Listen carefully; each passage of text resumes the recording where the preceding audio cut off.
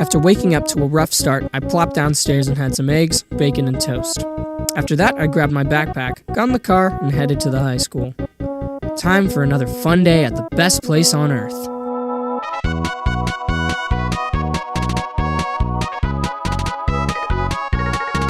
Oh, you like school? I turned and looked at her face. She looked bright, like she genuinely thought I did.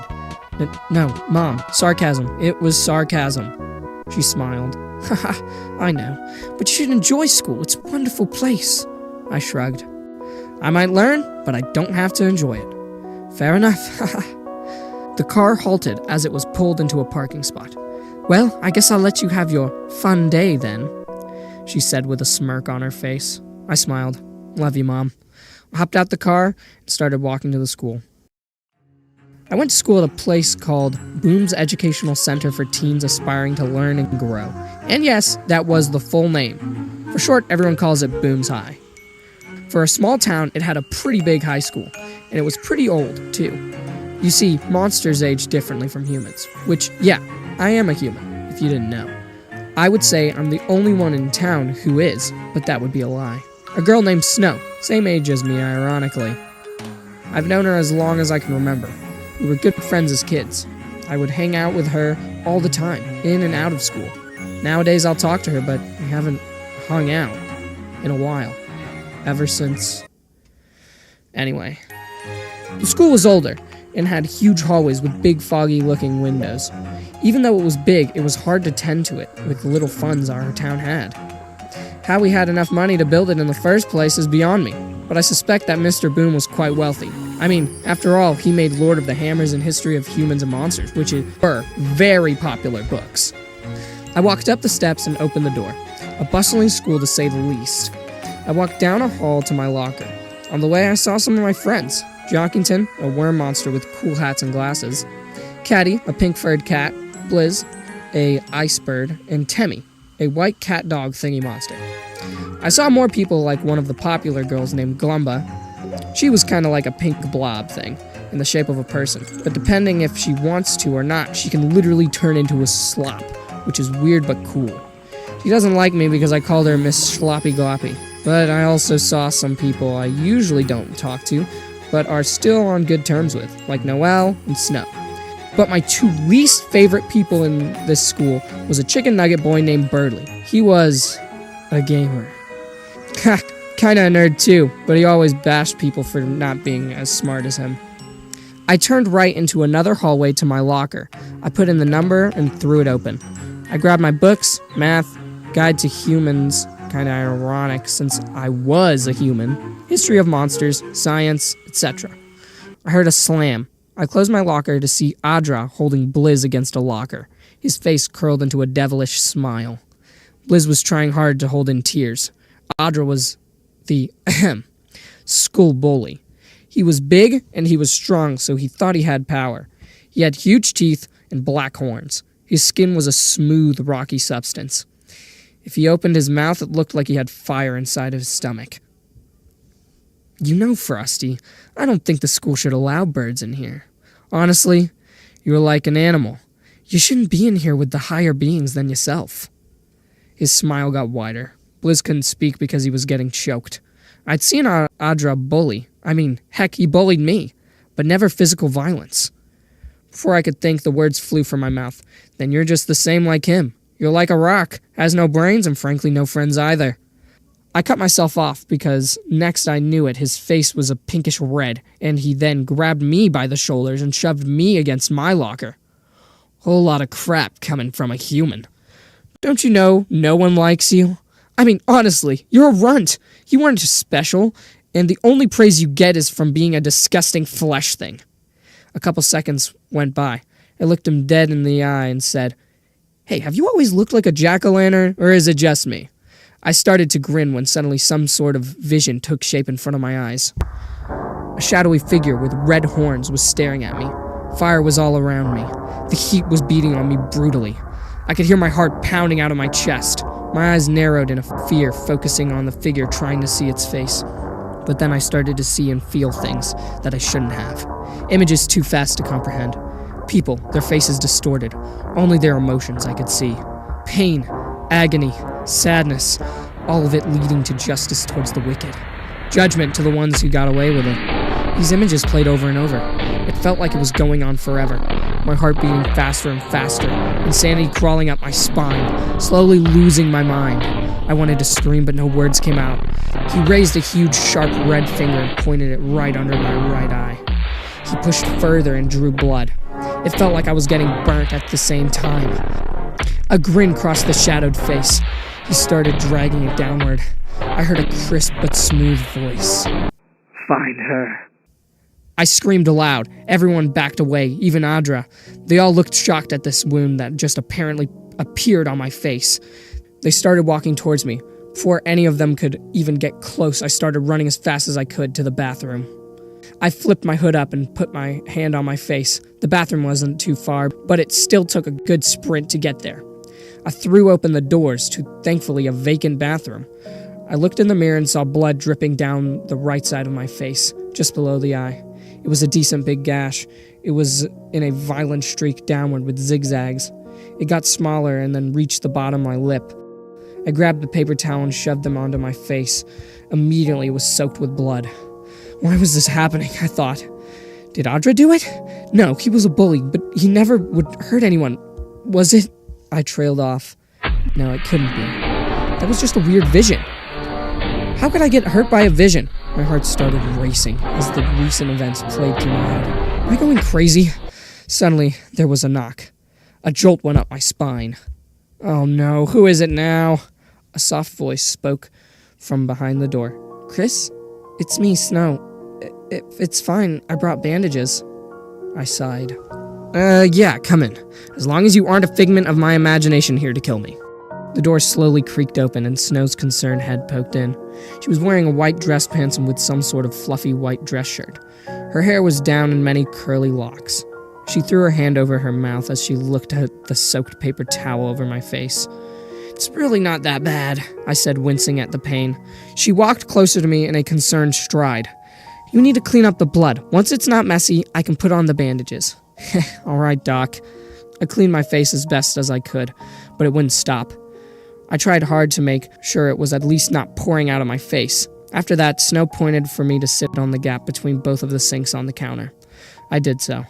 She looked at me and said, How did this, she waves her arms exaggeratedly, happen? I shrugged. Couldn't tell you even if I wanted to. I thought for a second, did I really want to tell her about my crazy daydreams that could hurt me? No, she doesn't need to know that. She looked at me tentatively. Blacked out, and then I felt a burning sensation and boom, almost lost an eye. Ow. I winced as a gauze was placed at the top of the gash. Sorry, she apologized. She tried to make do with some gauze and medical tape, but it was clear it was only going to be temporary. That's pretty weird. Has this happened before? No, this is new. It's weird because I woke up today feeling strange. It was true. I had the weird dream and now got attacked by things only I could see. Yeah, maybe I was crazy. I huffed. I'll have to wait before going to class because Miss Alphys will freak if she sees this strapped to my face. I know, Snow said while double-tasking taking tape and grabbing gauze at the same time. After she was done, I looked in the mirror and looked like I had marshmallows strapped to my face. Some of the blood was seeping through the highest gauze. You can go. I'll wait here for a bit and make sure I don't bleed to death. I can stay if you don't want to be alone. I thought for a second. Sure, wouldn't be the worst thing. I scooted to the side of the counter and Snow hopped up next to me. We sat there for a second until she blurted, Do you think it's gonna be a bad scar? I turned to her and she looked concerned. I mean, it's possible. Could be cool, actually. Her expression didn't change. It stayed concerned and stern. Chris, this isn't normal. Monsters already see us and think we're weird. But just suddenly getting attacked by things that don't exist? I mean, monsters are already scared of what they don't understand about us. How scared do you think they'll be now? I opened my mouth to make a joke, but I knew it wasn't the time. I closed my mouth and acted like I was interested in kicking my legs. Why do they hate us so much in the first place? Snow turned and looked me in the eye. Her eyes were glowing like light reflecting off a crystal.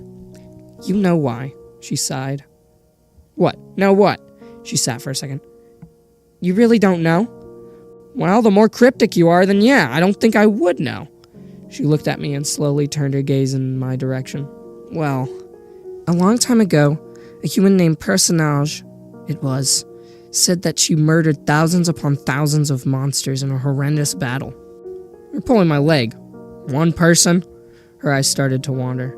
She continued, Yes, this is actually in our history textbook. What? I don't remember reading about that. Which chapter was it? Chapter 17. We aren't technically supposed to read it. Everyone so far has ignored and skipped it. Huh. Interesting. Sorry, continue. It happened at the new capital. It said she had power beyond any living life form. It said that she fended off armed soldiers only with a knife. How old was she? It's rumored that she looked below the age of 16. Huh? How did this kid do that? They say she didn't look right. Her eyes were red, and her knife was dripping inky nothingness. That's, mildly unsettling. Well, at least you know now that monsters kinda have a good reason to be afraid of us. She chuckled. The bell rung. Did your bleeding stop? I don't know, let me check. I unstuck the tape and pulled the gauze away. The blood had dried and now was a dark red. It was a decently big gash, but didn't look like it would kill me. I turned to Snow and smiled a toothy grin. Best look for picture day, ain't it? She rolled her eyes and chuckled lightly. Let's get back to class now, shall we? She opened the door and looked back and forth. Coast is clear. We started walking down the hall. After getting to the classroom, Snowy offered to go in first so I could slink to the back of the class. After walking in, I got many worried and awed glances. Everyone except Audra seemed to care. I put my backpack at my feet after sitting down. I looked up to see there was no teacher there. Where's Miss Alphys? Hasn't gotten here yet, Clumba said while chewing a piece of gum while also paying attention to her phone. I sighed. It's my lucky day, I thought. Suddenly the door opened and an exhausted-looking Alphys walked in. Her yellowish tint looked gray around her face. Didn't look like she had much sleep. Sorry. I was held back in traffic. It was understandable. She lived in a busy part of town in an apartment complex. I had seen her apartment. She had to watch me once as a kid. Let's just say she was a bit of an anime nerd. Anyway, let's begin. She threw her bag onto the table and then walked over to the chalkboard. She writes in a curvy writing style, Who do you want to be? We are doing something a little bit different today. We will be doing a paper on who you want to be. I have special sheets I got, here. She started shuffling in her bag to no avail. She chuckled awkwardly. Well, I can still write it down by memory. She reaches for the chalk, but realizes she used up the last bit. I need some more chalk. Any volunteers? I raised my hand while shoving my face into the desk so no one can see. Chris, thank you. I get up and slink over to the door. I get out of the hallway and my gash starts throbbing again. I hear the door behind me open again and turn around to see Snow looking at me. Alfie sent me to go with you. I turn back around and throw a thumbs up into the air. We walked for a minute or two before reaching the closet. It was always the weirdest, not the closet in general, but the door. Its markings and etchings were so expertly cut and well modeled. It was weird for a broom closet. I grabbed the handle and opened it when a gust of cold air pushed me gently back. A chill runs down my spine. The closet was dark, so dark. It looked like its shadows were slipping out, engulfing the hallway. I turned to Snow, whose eyes were wide and afraid. Why is it so dark? I don't know. It's just dark. Are you scared? No, I'm not. She turns to me and gives me a stern look. I chuckle but cut myself off. Well, we can just go together. I take a step in, shocked at how my foot just looks like it disappeared. I reached around the side of the wall trying to find a light switch. I tried the other wall. No switch. Just gonna have to go in blind. I offered my hand to Snow. She looked at me curiously. So we don't get lost, I assure her. She takes my hand. My hand is warm. Didn't think it would be with the whole snow part of her. We start walking in the dark. I can't see anything. 4 steps in, I realize there's paper scattered all across the floor.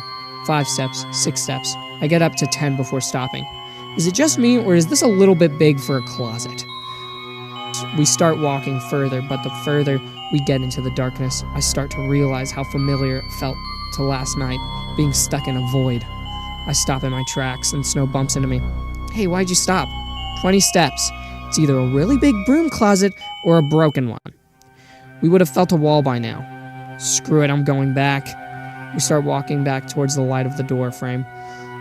Look who's scared now, Snow snickered.